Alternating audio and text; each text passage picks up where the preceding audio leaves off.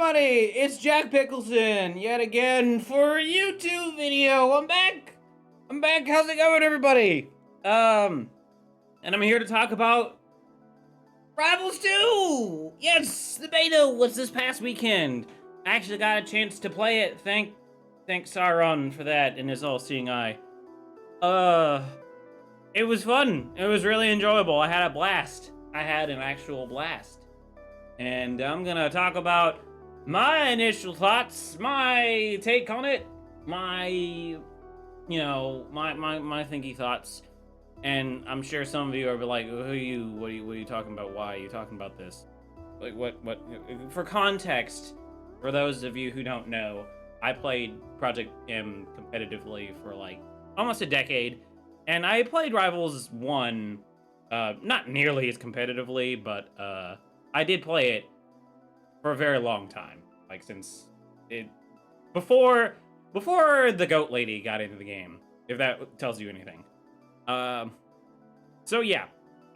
Played it for a while, so I have some context for the game. I'm used to all the shenanigans. I'm used to the game. They're probably basing a lot of the mechanics and stuff on, so I have some context of what I say. So just putting that out there. I'm not gonna get too in depth with it. I'm gonna try to keep it as brief as possible. It's not gonna be like an hour long. No, there's no need for that. But yeah, let's just get started. First of all, the graphics, the audio, like the presentation of the game itself. Let's get into that. Good stuff. At first it was a little clunky. I felt like there are some weird animations, but I mean, that's to be expected. It's a beta, but as you play it, you know, you kind of see it for yourself, like what they're going for, and it definitely feels like Rivals 1 converted 3D and with like its own unique style. I was a little worried that like it would get kind of, I don't know, like Pixar animation-y, you know, and just like feel bad. But it doesn't. It feels really good. It looks good. I'm sure the final product will look even better. You know, turn up some of those weird animations and whatnot and make it look cleaner. But yeah, really good. The music, I love the music. Music reminds me of like Mega Man nonsense. It's great. Very, very good stuff. Like the tracks. I didn't like Rivals 1 music is bumping, but like, man, Rivals 2 music is pretty good too. Like I'm glad they didn't skimp on that. So yeah, that's good. Talk about the online. Online's next here on the agenda. That's fairly important. Online is smooth as butter. I had no issues with it at all. Like maybe one match was kind of janky. Maybe I don't remember it. It wasn't to the point where a dude was like Sonic the Hedgehog teleporting behind me and like making me listen to Nine Inch Nails or something. Like nothing personnel, kid. Like I had no issues. It was great. Now I'm sure, like, you know, eventually I'm gonna fight somebody. The base product, I'm probably gonna fight somebody who's on like McDonald's Wi-Fi and like he's gonna have Big Mac sauce on his fingers and gonna be teleporting around all over the place. But that's a ways down the line. I don't have to worry about that right now. Base netcode seems legit, and I'm really happy about it. No issues. Very, very great. Kind of reminds me of KI. Like, it's, just kiss. So online, amazing. Currently, there's not a lot of options for online, but what do you expect? It's beta. what do you expect? So now let's get into the mechanics, the nitty gritty, the meat and potatoes of the game. Rivals 1, as some of you know, had no shields, no grabbing for command grabs and such, and no ledges. And that was the thing that they did in this game. They made it a lot more like a traditional Smash game. Parries still exist. You have to do shield and the parry button, or special, to get a parry. Or you can bind it to a button. I bound it to Z because I don't really use it that much. I bind my grab to like a shoulder button. I'm weird, I know. But like, yeah, it felt good. It felt all right after that point. But yeah, the new mechanics, the special get-ups, and the special pummels, and the special ledge get-ups, all were really cool. I like the idea, like what they're going with, and I like how it feels. You know, like it's a very interesting way of like expanding and giving that rivals feel and giving character identity and all this stuff. It's I really, really, really like it. And also the pummel especially gives like kind of that weird execution thing about like being able to break grabs. You have to like just to get out of grabs and smash. It's kind of funny, but now it's like it's all about like no understanding what your opponent wants and like all that stuff. Oh, I got messed up. um, yeah, it's I like it. It was a smart idea and it's executed really well. Kind of messes with me though, because like I have like years of muscle memory doing that, so I mess up a lot doing like trying to remember that that's what I have to do. But I'll get it. Not a big deal. Recoveries are another spot where I like notice it more than anything. I'm not sure if the recoveries of this game are adjusted. It kind of feels weird. Like I'm so used to being able to wall jump out of uppies and stuff that I'm like my brain isn't registering it, so it gets a little awkward. And it makes me think is like, did they tailor the recoveries to accommodate that yet? I'm not sure. It's not the biggest deal, honestly. It's not like the most detrimental thing. I'm sure there's some wacky rival shenanigans to get around it.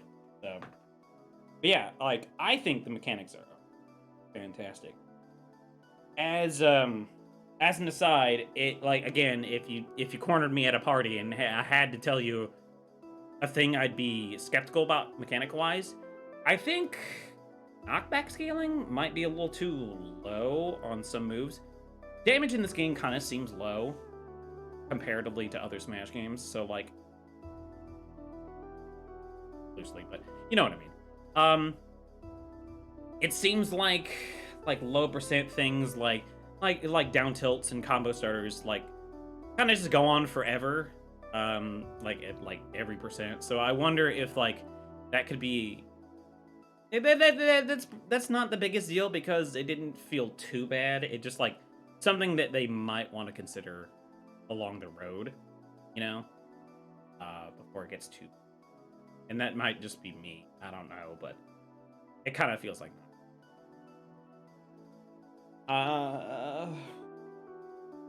Other than butt grabs, but that's another thing that's gonna be probably balanced later. You gotta make sure that like I can't grab somebody with my taint like 3,000 like miles away in space, you know, like and that kind of happened a little bit. I don't know if every other character can do it. I know Rano has a big chunky booty that he can grab you with, but other than that, yes, those are the two things I would be worried about, and they're not even that big of an issue. Characters. So I thought about it a lot. I thought of fairly wide range of them. There were a couple characters I didn't fight a whole lot. Raster being one of them. I only fought like one, maybe two. Crag was very non-representative. I fought a lot of Clarins. I didn't fight many Zetaburns. I fought a couple. I fought the Mammoth, Loxodont. Fought some Maples. Fought the last day I fought so many frogs. I was like, whoa, where'd these guys come from? And then I fought Fleet, the new character. My general thought is like everyone's kind of around the same tier. Like a lot of the characters have a lot of shenanigans. At first, when you go online and you look around what other people say about each character, like everyone has a character they're just like, well, this character's broken. So it kind of like leads credence to the idea that like most of the characters are silly and nutty, and I honestly think they're fairly well balanced. I think two of them kind of like jump out at me more than others. A lot of people think Lox is like really good, and I don't disagree, but I know where this.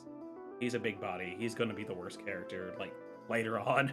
This is always how it works. Remember when Honda was like, "Oh, he's so good." Remember when Potemkin was like, "Oh, he's so good." And where are they at now? I'll let you think about that. But that aside, uh,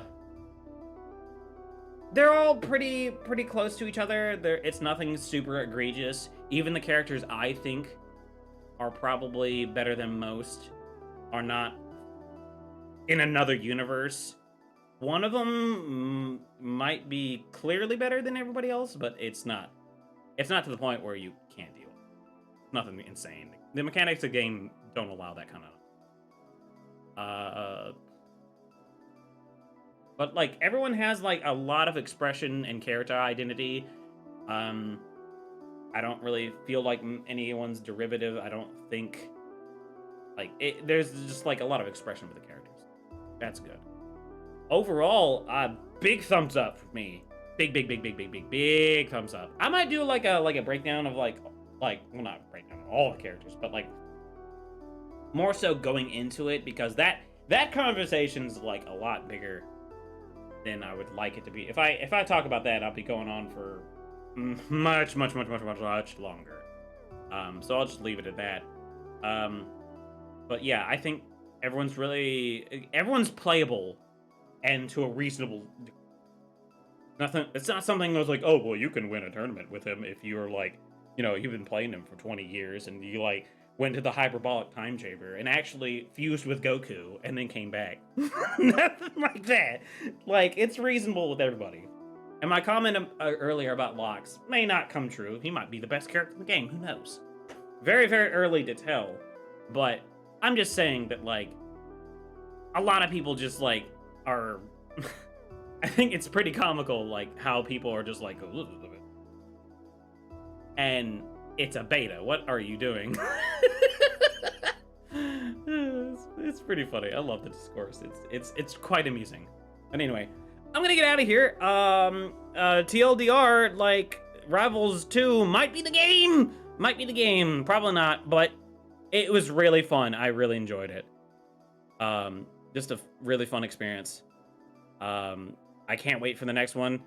Thanks for watching, everybody. Hopefully you enjoyed, and hopefully I'll get some content in here that doesn't suck. Bye, everybody! I'm losing my mind! Ah!